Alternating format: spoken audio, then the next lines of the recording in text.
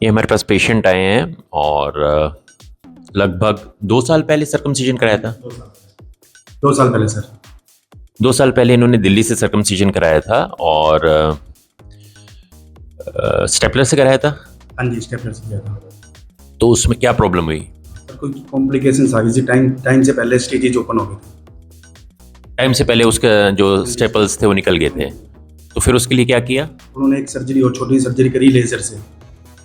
जो फ्रेनुलम था उसको मतलब ओपन नहीं हुआ था, तो उसको लेजर से काट के फिर ओपन किया सर। तो बेसिकली अब उसके बाद क्या हुआ? उसके बाद सर मुझे पेन होने लगा सर टोटल में, और उसके बाद थोड़ी थोड़ी माइल्ड ईडिंग की प्रॉब्लम आने लगी। काफ़ी टाइम से मैं फेस कर रहा हूँ, 2 साल से ईडिंग की प्रॉब्लम और पेन की प्रॉब्लम। ऑपरेशन के बाद ही हुआ? हाँ जी, ऑपरेशन के बाद ही हुआ। देखिए, ये टिपिकल केस है साइकोलॉजिकल ईडी का।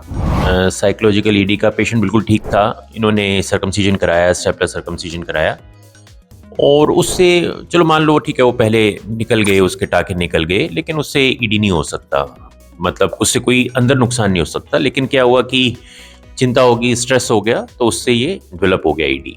वहाँ पे बहुत पेशेंट्स भी देख लिए होंगे, सुना भी होगा, वीडियो भी देख रहे होंगे, तो इस साइकोलॉजिकल ईडी का टिपिकल केस है। साथ में इनको एपिडेमिस में इन्फेक्शन हुई, मतलब स्क्रोटम में इन्फेक्शन हुई। ये उसके कारण भी हो सकती है, अलग से भी हो सकती है, उसके बारे में हम कमेंट नहीं करते। इन्होंने किसी क्वालिफाइड डॉक्टर की बात कर रहे हैं, ऐसे नहीं, को दिखाया और वो भी यूरोलॉजिस्ट थे। तो जो प्रॉब्लम माइल्ड थी वहाँ से सीवियर कैसे बनती है, और ये क्वालिफाइड लोग कर रहे हैं अभी, क्योंकि इसका इलाज नहीं है कि उनको अनमेरिड थे ये 3-6 हफ्ते की टेडलाफिल पे डाल दिया 10 मिलीग्राम। हाँ जी सर। 10 मिलीग्राम? हाँ जी सर, डेली 10 मिलीग्राम पे डाल दिया। उसके बाद 6 हफ्ते बाद यानी 1.5 महीने बाद फिर 6 हफ्ते के लिए डाल दिया। तो ये टिपिकल वही बात है जो आमतौर पे आयुर्वेदिक के डॉक्टर 3 महीने का कोर्स देते हैं, उसमें सब यही होता है। पेशेंट को रिस्पॉन्स आ जाता है, टेडलाफिल से फिर छोड़ देते हैं, तो बिल्कुल ईडी फुल फ्लेज डेवलप हो जाती है। अब इनकी शादी हो गई है, अब सेक्स जब करते हो तो क्या दिक्कत आती है? सर पूरा हार्ड नहीं होता और पेनिट्रेशन करने में दिक्कत आती है। तो अब इनको पेनेग्रा मतलब 100 मिलीग्राम वायग्रा से भी मुश्किल से सेक्स हो पाता है।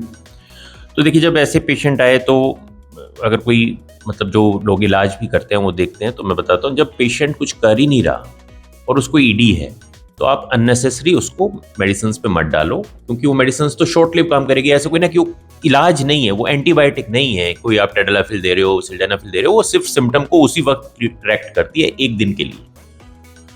तो आप उसको 3 महीने तक डाल रहे हो पेशेंट को बिना बात पे, वो अनमैरिड है, तो उससे वो उस पर डिपेंडेंट हो गया, उसकी रेजिस्टेंस होगी, अब वो कर ही नहीं सकता उसके बिना, और वो भी असर करना बंद करेगी। तो ऐसे केस में इनको पी शॉट प्लस करेंगे, मेडिसिन कम करेंगे और फिर धीरे धीरे उन मेडिसिन को बंद करेंगे। होपफुली हमारा ये प्लान रहेगा कि अभी मेडिसिन की डोज आधी कर दें, पी शॉट प्लस पे डाल दें, और आधी का मतलब सेंस है कि हफ्ते में 2 बार टेडलाफिल अगर काम करती है तो ठीक है, और या फिर 1 बार। और उसके बाद जब 1-2 साल बाद जब इनकी वाइफ प्रेग्नेंट हो जाए, मोस्ट प्रोबेबली, हमेशा मैं ऐसे रखता हूँ क्योंकि फिर दबाव कम हो जाता है मरीज के ऊपर, फिर इनकी मेडिसिन बंद की जाएगी, तो फिर वापस से इनको रेजिस्टेंस खत्म हो जाएगी। मरीज को सबसे इंपॉर्टेंट बात है, ना डराए डॉक्टर, ना मरीज खुद डरे। कुछ भी डरने की बात नहीं है इसमें। जैसे अभी यंग हो, 28 साल में ठीक हो जाओगे, कोई इसमें चिंता की बात नहीं है। ज़्यादा प्रॉब्लम डर की है, और ऑफ कोर्स थोड़ा उस पर डिपेंडेंसी तो होगी, वो तो ठीक हो जाती है, लेकिन आपका डर दूर होना बहुत ज़रूरी है। जैसे डर दूर हो गया, ये भी समस्या आधी ठीक हो जाएगी।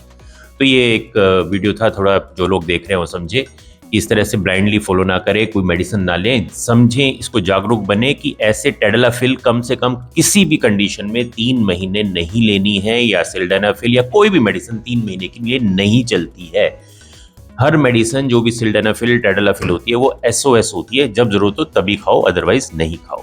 ये मैसेज है इंपॉर्टेंट। Thank you.